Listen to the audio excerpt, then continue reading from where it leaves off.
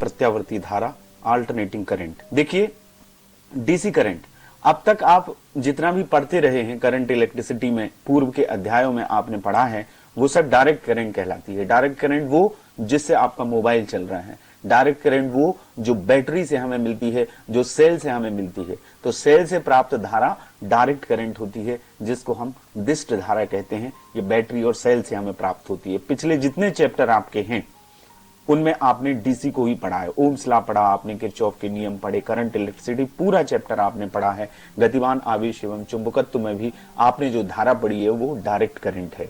विद्युत चुंबकीय प्रेरण जब आप पढ़ रहे हैं तब आपने प्रत्यावर्ती धारा जनित्र को पढ़ा है। जब एक कॉइल मैग्नेटिक फील्ड में मूव करती है तो उसमें प्रेरित धारा उत्पन्न होती है। वही कॉन्सेप्ट अल्टरनेटिंग करंट की है।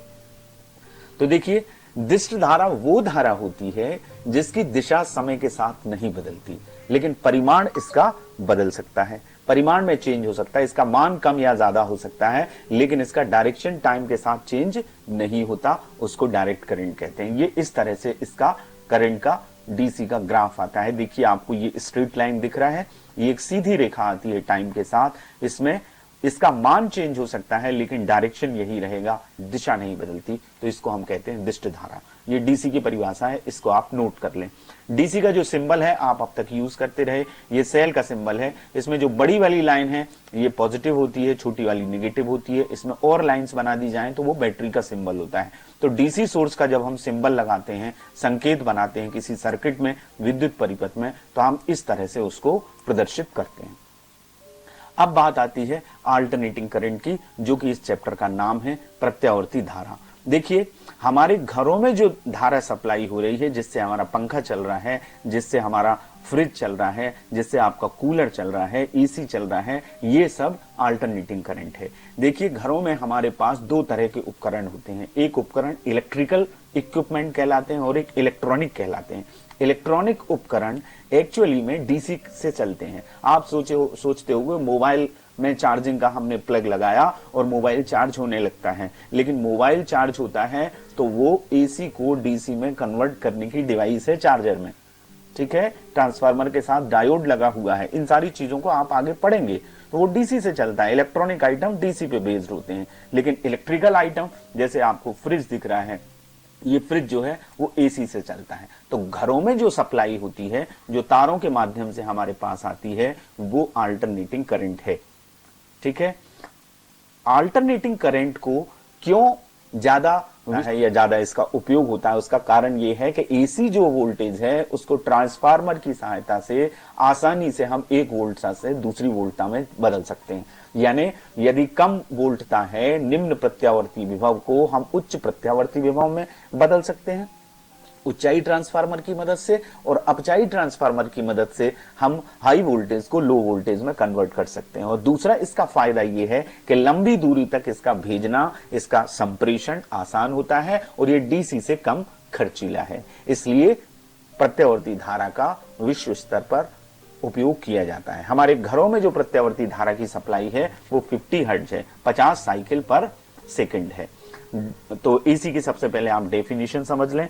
वो ये है कि वह धारा जिसकी दिशा और परिमाण दोनों समय के साथ आवर्ती रूप से पीरियडिकली बदलते हैं, उसको कहते हैं प्रत्यावर्ती धारा। इसका मतलब क्या हुआ, डायरेक्शन भी चेंज होगा और इसका मैग्नीट्यूड भी चेंज होगा।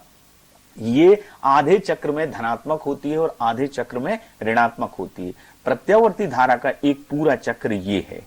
इसमें ये जो पीक आपको दिख रहा है ये पॉजिटिव पीक है, ये धनात्मक चक्र कहलाता है और ये ऋणात्मक चक्र कहलाता है। ये दोनों चक्र मिला के प्रत्यावर्ती धारा का एक चक्र पूरा होता है। तो टाइम के साथ आप इसका वेव डायग्राम देख रहे हैं, तो इसमें ये 0 से पहले प्लस में मैक्सिमम होती है, अधिकतम होती है, फिर न्यूनतम होती है, फिर नेगेटिव साइड में ऋणात्मक में अधिकतम होती है और फिर 0 होती है। तो 2 बार इसका मान एक चक्र में अधिकतम होता है, एक बार पॉजिटिव पीक में, एक बार नेगेटिव पीक में। इसका मतलब यह है कि 50 साइकिल यदि पर सेकंड हमारे घरों में आवृत्ति है तो 50 बार एसी प्लस होती है और 50 बार माइनस होती है। जो बल्ब है वो 50 बार जलता है और 50 बार बुझता है। सवाल ये, लेकिन हमें तो जलता दिखता है, कारण हमारी दृष्टि निर्बंधता है। हमारी आंखों में उतनी शक्ति नहीं है कि इतनी ज्यादा हर्ट्ज की आवृत्ति के फ्लक्चुएशन को वो समझ सके, इसलिए हमें बल्ब जलता दिखाई देता है। अब एसी का सिंबल क्या होता है? एसी को आप बहुत सारे सर्किट आप पढ़ेंगे, उसमें एसी सोर्स को आप लगाएंगे, एसी प्रत्यावर्ती स्रोत को आपको लगाना पड़ेगा, तो इसका सिंबल क्या होगा? ये ऐसा इस तरह से एस बना देंगे हम, तो ये क्या हो जाएगा? एसी का सोर्स हो जाएगा। बहुत सारे सर्किट इस पूरी यूनिट में आपको पढ़ना है, सर्किट थ्योरी ही है। ऐसा सर्किट जिसमें प्रतिरोध केवल लगा हो और उसके सिरों पर एसी वोल्टेज लगा हो, तो कितनी धारा बहेगी, उसमें कलांतर क्या होगा। केवल कैपेसिटर वाला सर्किट, संधारित्र लगा हो, केवल इंडक्टर लगा हो यानी क्वाइल लगी हो, प्रेरकत्व जिसको कहते हैं, फिर 2 वाले आरसी सर्किट, एलसी सर्किट, फिर 3 वाले एलसीआर सर्किट, इन सारों का अध्ययन हम इस चैप्टर में करेंगे, आप करेंगे। तो एसी को का जो समीकरण होता है प्रत्यावर्ती धारा का, वो समीकरण ये है, I बराबर I suffix m sine omega t। ठीक है, इसको इस तरह से भी लिखा जाता है, I बराबर I not sine omega T, जिसमें IM जो है इस धारा का अधिकतम मान है या शिखर मान है, मैक्सिमम वैल्यू है इस करंट की, या I नॉट। IM और I नॉट दोनों एक ही चीज है। ओमेगा कोणीय आवृत्ति है कुंडली के घूमने की। देखिए, एसी और प्रत्यावर्ती, एसी धारा का आपने समीकरण देख लिया, वैसे ही समीकरण प्रत्यावर्ती वोल्टेज का होगा। अब पहले इसकी डेफिनेशन देख लें, बिल्कुल वैसे ही। वह वोल्टता या वोल्टेज जिसकी दिशा और परिमाण दोनों समय के साथ आवर्ती रूप से बदलते हैं, प्लस होता है, माइनस होता है, फिर प्लस होता है, फिर माइनस होता है, ये पीरियडिक हो गया। 11th में आपने आवर्ती गति पढ़ी है। जब समय के साथ गति दोहराई जाती है तो उसको आवर्ती गति कहते हैं, पीरियडिक कहते हैं। तो यहां भी ये पीरियडिकली अपने साइन को चेंज करती है, ये प्लस, ये माइनस, फिर ये प्लस, आगे फिर यहां क्या आ जाएगा? माइनस आ जाएगा। तो ये दिशा बदलता है। तो वोल्टेज का समीकरण कैसे आप लिखेंगे? V equals to VM sine omega t. इसमें ये VM शिखर मान है या अधिकतम मान है, या इसको आप लिख सकते हैं V equals to V not V0 sine omega t. अब इसके और तरीके हैं वोल्टेज को लिखने के, वो क्या है? देखिए, एक समीकरण तो आप ये ध्यान रखें, V equal to VM sine omega t, आपकी बुक में आपको यही मिलेगा, या आप इसको लिख सकते हैं V equal to V not sine omega t. अब देखिए, ओमेगा कुंडली के घूमने की कोणीय आवृत्ति है या कोणीय वेग है।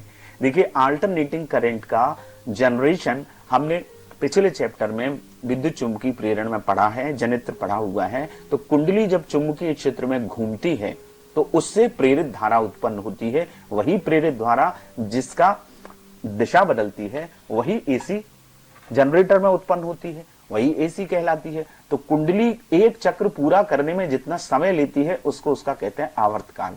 तो कोणीय वेग का सूत्र क्या होता है? कोणीय विस्थापन बटे समय। तो एक चक्कर में जो कुंडली घूमेगी तो केंद्र पर कितना कोण बनाएगी? 2 पाई रेडियन, 360 डिग्री। और एक चक्कर घूमने में लगा समय क्या होगा? Capital T. ओमेगा बराबर होता है थीटा अपॉन टी। थीटा की वैल्यू क्या हो गई? 2 पाई, और टाइम की वैल्यू क्या हो गई? Time period capital T. तो हम इन दोनों समीकरणों को इस तरह से भी लिख सकते हैं, V equals to V not sine omega की जगह क्या लिखेंगे? 2 pi upon t into t. ये आवर्तकाल है और ये उस इंस्टेंट ऑफ टाइम है, वो क्षण है जिस पर हमने इस वोल्टेज को लिखा है। देखिए, जब भी आप एसी सर्किट करेंगे तो वोल्टेज का सूत्र लिखेंगे V equal to V not sine omega t या VM साइन ओमेगा टी। यहां पर जो भी है वो इंस्टेंटेनियस वैल्यू है, उस क्षण पर वोल्टेज का मान है, तात्क्षणिक मान है, ये टोटल मान नहीं है। उसका औसत मान तो 0 होता है, उसके लिए हम RMS निकालते हैं। तो सबसे पहले कुछ पदों को आप समझ लें जो इस पूरे चैप्टर में आपके काम आएंगे। वो कौन कौन से हैं? इसी तरह से प्रत्यावर्ती धारा के ये समीकरण हो जाएंगे। ऐसे ही 2 पाई अपॉन टी हम ओमेगा की जगह लिख देंगे। सबसे पहले हम समझते हैं आयाम या शिखर मान, जिसको अधिकतम मान कहते हैं। तो प्रत्यावर्ती धारा के अधिकतम मान को उसका शिखर मान या आयाम कहा जाता है। मैंने जैसे कि कहा, प्रत्यावर्ती धारा या प्रत्यावर्ती वोल्टेज एक चक्र में 2 बार अधिकतम होता है, एक बार प्लस में और एक बार माइनस में। तो यहां ये जो इसका पीक है, ये जो वैल्यू है वोल्टेज की, ये वोल्टेज का शिखर मान है, मैक्सिमम वैल्यू है। इसको हम VM कहेंगे। यही है, इसी तरीके से जो वेव डायग्राम बनता है वो करंट का बनता है। यहां I लिख देंगे तो यहां मैक्सिमम जो आएगा वो IM होगा या I नॉट होगा। तो शिखर मान I नॉट ध्यान रखें, या I suffix M। I am. इसी तरह वोल्टेज का हो जाएगा। आवर्तकाल को हम समझ लेंगे, दूसरी परिभाषा क्या है, प्रत्यावर्ती धारा एक चक्र पूर्ण करने में जितना समय लेती है उस समय को उसका आवर्तकाल कहते हैं। ये आवर्तकाल की सिंपल डेफिनेशन आपने आवर्ती गति में और वृत्तीय गति में 11th में पढ़ी है। तो ये समय कौन सा हुआ, जब कुंडली चुंबकीय क्षेत्र में एक चक्कर पूरा करती है, वही समय क्या होता है, आवर्तकाल। तो प्रत्यावर्ती धारा भी एक चक्र में उतना ही समय लेती है। तो कुंडली का कोणीय वेग यदि ओमेगा है तो ओमेगा बराबर क्या होगा, 2 पाई अपॉन टी। तो टी बराबर क्या हो जाएगा, 2 पाई अपॉन ओमेगा। ये उसका फार्मूला है, इसको आप नोट करें। आवर्तकाल का सूत्र है 2 पाई अपॉन ओमेगा। दूसरी चीज आवृत्ति, फ्रीक्वेंसी। प्रत्यावर्ती धारा एक सेकंड में जितने चक्र पूर्ण करती है, पर सेकंड जितने साइकिल कंप्लीट होते हैं, उन्हें उसकी आवृत्ति न्यू कहते हैं। कई बार इसको स्मॉल एफ से भी शो करते हैं स्टैंडर्ड, लेकिन हम न्यू से इसको शो करेंगे। ये ग्रीक भाषा का अक्षर है, जैसे हम ओमेगा को यूज करते हैं, थीटा को यूज करते हैं, फाई को यूज करते हैं, अल्फा को यूज करते हैं, बीटा, गामा, ये सब ग्रीक लैंग्वेज के लेटर्स हैं। तो न्यू है। आवृत्ति हमेशा आवर्तकाल की उल्टी होती है, ठीक है। तो ये न्यू को हम लिख सकते हैं 1 अपॉन कैपिटल टी। अब कैपिटल टी का सूत्र क्या था, अभी हमने पढ़ा 2 पाई अपॉन ओमेगा, तो इसका उल्टा हो जाएगा, 2 पाई अपॉन ओमेगा का उल्टा होगा ओमेगा अपॉन 2 पाई। तो इस तरह से न्यू का ये फार्मूला है। भारत में जो अल्टरनेटिंग करंट की सप्लाई है वो 50 हर्ट्ज, यानी उसका 50 हर्ट्ज वैल्यू होती है, हर्ट्ज उसका मात्रक है। इसको हम लिख सकते हैं इस तरह से, omega equals to cross multiplication करके 2 पाई न्यू। तीसरी बात जो बहुत इंपॉर्टेंट है, इसके समझे बिना आपको सर्किट समझ में नहीं आएंगे, वो है कला और कलांतर, फेज एंड फेज डिफरेंस। देखिए सिंपल सी बात मैं आपको बता दूं, हम विद्युत धारा का, प्रत्यावर्ती धारा का फार्मूला लिखते हैं I equal to I not sine omega t. Sine के साथ जो एंगल आ रहा है, जो कोण आ रहा है, वही उसको हम कहते हैं उसका फेज, उसको कहते हैं कला। अब किसी एसी परिपथ में प्रत्यावर्ती धारा की आवृत्ति अल्टरनेटिंग ईएमएफ की आवृत्ति के बराबर होती है, लेकिन धारा और वोल्टेज एक ही समय पर अपने अधिकतम मान को प्राप्त करें, यह आवश्यक नहीं है। सभी सर्किट में ऐसा नहीं होगा कि धारा और वोल्टेज एक साथ मैक्सिमम एक्वायर करें।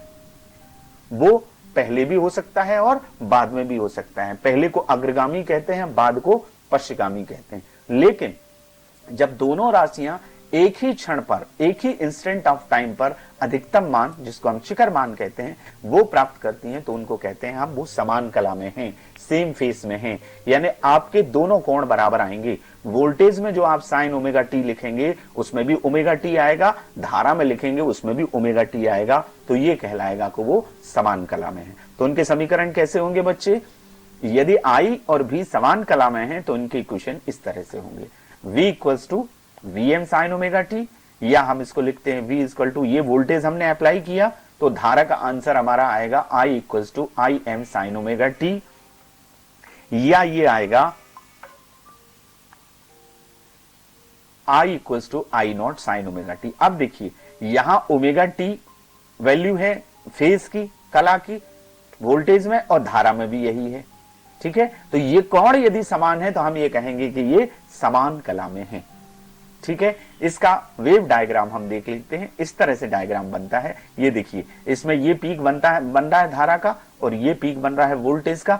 एक ही समय पर ये अधिकतम मान प्राप्त कर रहे हैं प्लस में, एक ही समय पर ये अधिकतम मान प्राप्त कर रहे हैं माइनस में। धारा का नीचे बना है, वोल्टेज का ऊपर बना है, उसका भी कारण है। देखिए आई बराबर होता है V अपॉन आर, तो V में हम R का भाग दे रहे हैं तो I की वैल्यू वोल्टेज से क्या आएगी, कम आएगी, कम आएगी, तो इसका जो ग्राफ बनेगा वो नीचे बनेगा। तो इस तरह से ये समान कला का ग्राफ है। इन सारे सर्किट को हम समझेंगे।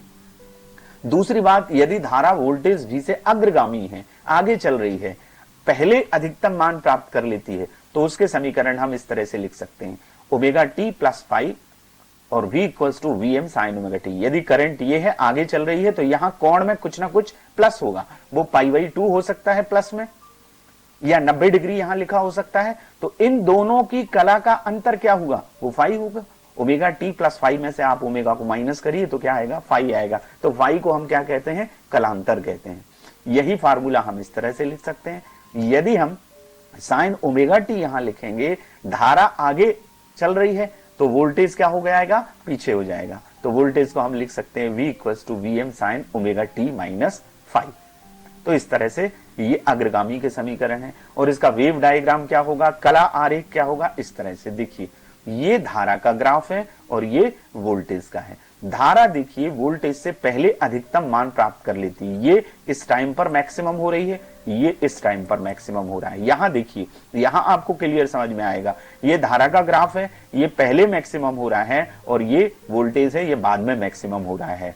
तो वोल्टेज, इसका मतलब है धारा वोल्टेज से अग्रगामी है, फाई कोण अग्रगामी है, या यूं कह सकते हैं कि वोल्टेज धारा से फाई कोण पश्चगामी है। ये पाई बाई 2 का से बनाया है। तीसरी चीज एक और आपको समझना है पश्चगामी का। यदि धारा वोल्टेज से पश्चगामी है तो यहां माइनस आएगा कोण में, वो पाई बाई 2 भी हो सकता है। तो ये देखिए वोल्टेज का समीकरण, ये धारा का समीकरण इस तरह से आएगा। इसको इस तरह से भी लिख सकते हैं, यदि हम इसको ओमेगा टी लेते हैं तो यहां प्लस हो जाएगा, V equal to Vm sine omega t plus five. लेकिन जो फेज डिफरेंस है, जो कलांतर है, वो इन दोनों के बीच में क्या आएगा, फाई आएगा, omega t minus minus omega t minus five. तो इस तरह से, और इसका ग्राफ ये होता है, यहां पर ये नीचे से शुरू किया जाता है ग्राफ। तो पश्चगामी है, तो पश्चगामी है तो बाद में मैक्सिमम होगी, ये पहले मैक्सिमम हो गया, ये बाद में अधिकतम होगा। तो इस तरह से कला और फेज डिफरेंस की ये कॉन्सेप्ट है। अब हम एक डेरिवेशन करते हैं, एक सर्किट करेंगे, प्रतिरोध पर प्रयुक्त एसी वोल्टता में धारा कितनी होगी। प्रश्न ये आएगा कि केवल प्रतिरोध पर यदि एक एसी वोल्टेज लगाया गया है तो उसमें बहने वाली धारा का व्यंजक ज्ञात कीजिए। तो ये मान लीजिए एक ओमीय प्रतिरोध है R, इसके सिरों पर हमने एक वोल्टेज अप्लाई किया, एसी वोल्टेज। तो एसी वोल्टेज को हम अभी समझे कैसे लिखते हैं, V equal to Vm sine omega t. किसी क्षण t पर, इंस्टेंट ऑफ टाइम पर, क्षण t पर बहने वाली धारा I है। तो प्रत्यावर्ती वोल्टेज का सूत्र क्या लिखा हमने, V equal to Vm sine omega t. अब हम जानते हैं कि यदि धारा I हो तो ओम का नियम आप पढ़े हैं, I equal to V upon R होगा। ये हमारा फर्स्ट इक्वेशन, ये हमारा सेकंड इक्वेशन। फर्स्ट से आप इस वैल्यू इसमें रख दीजिए तो ये आ जाएगी I equal to Vm sine omega t upon R। ये Vm अधिकतम मान है, ये कांस्टेंट है, और R भी स्थिर रहेगा, कांस्टेंट है। तो Vm अपॉन R की जगह हम लिख सकते हैं Im। ये Im जो है ये धारा का शिखर मान कहलाता है, इसके बारे में पहले चर्चा हो चुकी है। तो Vm अपॉन R की जगह हमने क्या लिख दिया, Im लिख दिया। अब आप इन दोनों समीकरणों को देखिए, तो आप देखते हैं वोल्टेज हमने अप्लाई किया, एसी वोल्टता लगाई V equals to Vm sine omega t, और सर्किट में हमें ओम्स लॉ से या किरचॉफ का लूप नियम लगाएं तो हमें ये फार्मूला बिना I equal to Im sine omega T.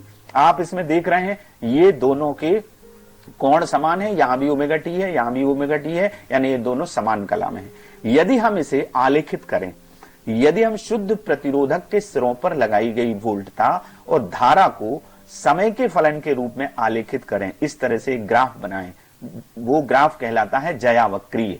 ये साइनोसॉइडली ग्राफ है, साइन कर्व कहते हैं इसको, ये साइन वक्र है।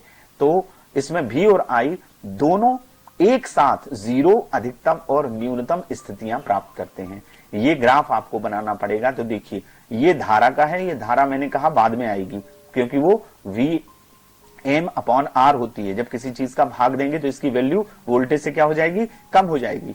तो ये करंट का ग्राफ है, ठीक है, और ये धारा का ग्राफ है। इसमें देखें धारा और वोल्टेज एक साथ जीरो की स्थिति प्राप्त कर रहे हैं और एक साथ अधिकतम की और एक साथ न्यूनतम की। इसका मतलब क्या है, इसका मतलब ये है कि ये समान कला में है, इनका फेज समान है। तो यदि ये सिद्ध करने आता है कि सिद्ध कीजिए कि ओमीय प्रतिरोध वाले एसी परिपथ में एसी वोल्टेज और एसी धारा समान कला में होते हैं, तो आपको यहां तक करना है। यहां से ये प्रूफ हो जाएगा इस साइन कर्व से, इस ग्राफ से, ये उसका वेव डायग्राम कहलाता है कि वो सेम फेस में है। अब हम बात करते हैं प्रत्यावर्ती धारा की एवरेज वैल्यू की। देखिए आपने अभी समझा कि प्रत्यावर्ती धारा एक पूरा चक्र उसका ये होता है, ये प्लस का पीक और ये माइनस का पीक। ये आधे चक्र में पॉजिटिव है और आधे चक्र में निगेटिव है। इसका मतलब ये है कि पूर्ण चक्र में इसका औसत मान जीरो होता है, एवरेज वैल्यू जीरो होती है। हम इसको प्रूव भी करेंगे। देखिए एवरेज वैल्यू तो जीरो हो गई, लेकिन आप घरों में जो धारा आ रही है वो कौन सी वैल्यू है, ये भी तो मन में प्रश्न उठता है कि वो है क्या। इन सूत्रों में जो आई है वो इंस्टेंटेनियस करंट है, उस क्षण की करंट है, ठीक है। आई नॉट जो है या आई एम है वो मैक्सिमम करंट है, अधिकतम वैल्यू है उसकी। एक और वैल्यू होती है जो हमारे घरों में मीटर से जिसको नापा जाता है वो IRMS कहलाती है, रूट मीन स्क्वायर वैल्यू। उसको हम आगे समझेंगे, पहले हम औसत मान को प्रूफ कर दें कि ये 0 होती है। तो हम इसके लिए क्या करते हैं, मान लीजिए किसी क्षण t पर परिपथ में बहने वाली धारा I है, तो फॉर्मूला तो हमारा होगा I = IM sin ωt। अब यदि हम ये मान लें कि बहुत अल्प समय dt में परिपथ में बहने वाला आवेश dq है, तो आप जानते हैं आवेश प्रवाह की दर को विद्युत धारा कहते हैं। तो इंस्टेंटेनियस करंट उस क्षण पर क्या आ जाएगी, I = dq/dt। इससे हम dq निकाल सकते हैं, क्रॉस मल्टीप्लीकेशन कर दीजिए, dq बराबर क्या आएगा, I dt। अब आप एक बात समझ लीजिए, ये तो यहां तक हम आ गए। यदि कोई राशि टाइम का फंक्शन है, यदि फलन टाइम का फंक्शन है, तो उसका एवरेज कैसे निकलता है, उसका इंटीग्रेशन करिए 0 to t टाइम पे और इंटीग्रेशन dt का भाग दे दीजिए, टाइम का भाग दे दीजिए। तो मध्यमान हम निकालते हैं तो उसका फार्मूला ये है। एवरेज को, औसत को इन दो कोष्टकों में लिखा जाता है, या सिंपली आप एवरेज लिख सकते हैं। आई एवरेज निकालेंगे तो आई के बगल में ए भी लिख देंगे तो आई एवरेज हो जाएगा। तो ये औसत निकालने का सूत्र है। फंक्शन जो कि टी का फंक्शन है, कोई राशि है, इसका औसत निकालना है तो 1/T 0 to t लिमिट में इसका समाकलन करेंगे ft dt। इसको हम ft एवरेज भी लिख सकते हैं। इस फार्मूले का उपयोग करके हम औसत मान निकालेंगे। तो ये हमारे पास दो चीजें हुई, I = IM sin ωt, dq = I dt, और ये हमारा फार्मूला हुआ। अब हमें क्या करना है, ये एवरेज है, ये औसत है, औसत का सूत्र है, ये दो कोष्टकों के बीच में I लिख दीजिए, ये औसत मान है I का। इसको I सफिक्स ए भी लिख सकते हैं, तो आप कोष्टक ना लगाएं, तो यहां क्या लिख दें, ए भी लिख दें। लास्ट में हम आपको बताएंगे, आपकी बुक में आपको यही मिलेगा। तो 1/T 0 to t I dt, पूरा आवेश जो एक चक्र में प्रवाहित हो रहा है उसकी वैल्यू क्या है, I dt। ठीक है, तो इस पूरे आवेश को एक चक्र में निकालेंगे, I की वैल्यू इसमें रख देंगे। I की वैल्यू क्या है, IM sin ωt। IM constant है, अधिकतम मान है, इसको बाहर ले लीजिए। तो सिंपली sin ωt का हमें समाकलन करना है। अब आप जानते हैं, आप समाकलन पर गणित में आ गए होंगे, गणित वाले छात्र, लेकिन बाकी के छात्रों के लिए मैं बता दूं, ये समाकलन का सूत्र है। sin x का समाकलन -cos x होता है, ठीक है, लेकिन sin nx का समाकलन -cos nx/m होता है, -cos nx/n।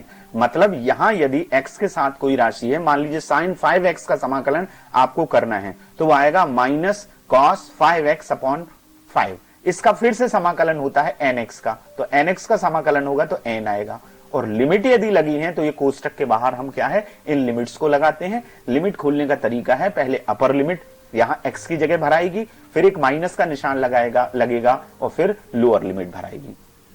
तो आप समाकलन कर दीजिए। तो इस sin ωt का समाकलन क्या होगा, -cos ωt, और ωt का समाकलन ओमेगा, तो ये नीचे आ गया, IM/T यहां है ही, 0 to t ये लिमिट आ गई। इन लिमिट को हम क्या करेंगे, ωt को पहले, ओमेगा को और बाहर ले लीजिए, तो ये समस्या बटेगी, खत्म हो जाएगी। तो हमने IM/ωt इसको लिख लिया। अब cos ωt 0 to t ये लिमिट है, लिमिट को हम खोल देंगे। अपर लिमिट को हमने इस स्मॉल t की जगह भरा, तो ये आ गया ωt